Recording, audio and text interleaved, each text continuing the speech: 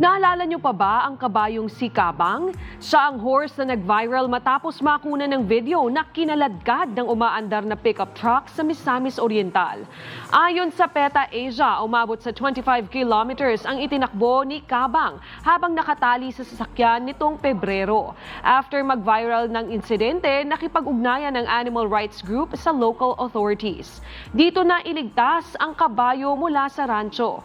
Sa vet check-up na-discover na may pilay at iba pang injury si Kabang kaya agad itong isinailalim sa gamutan.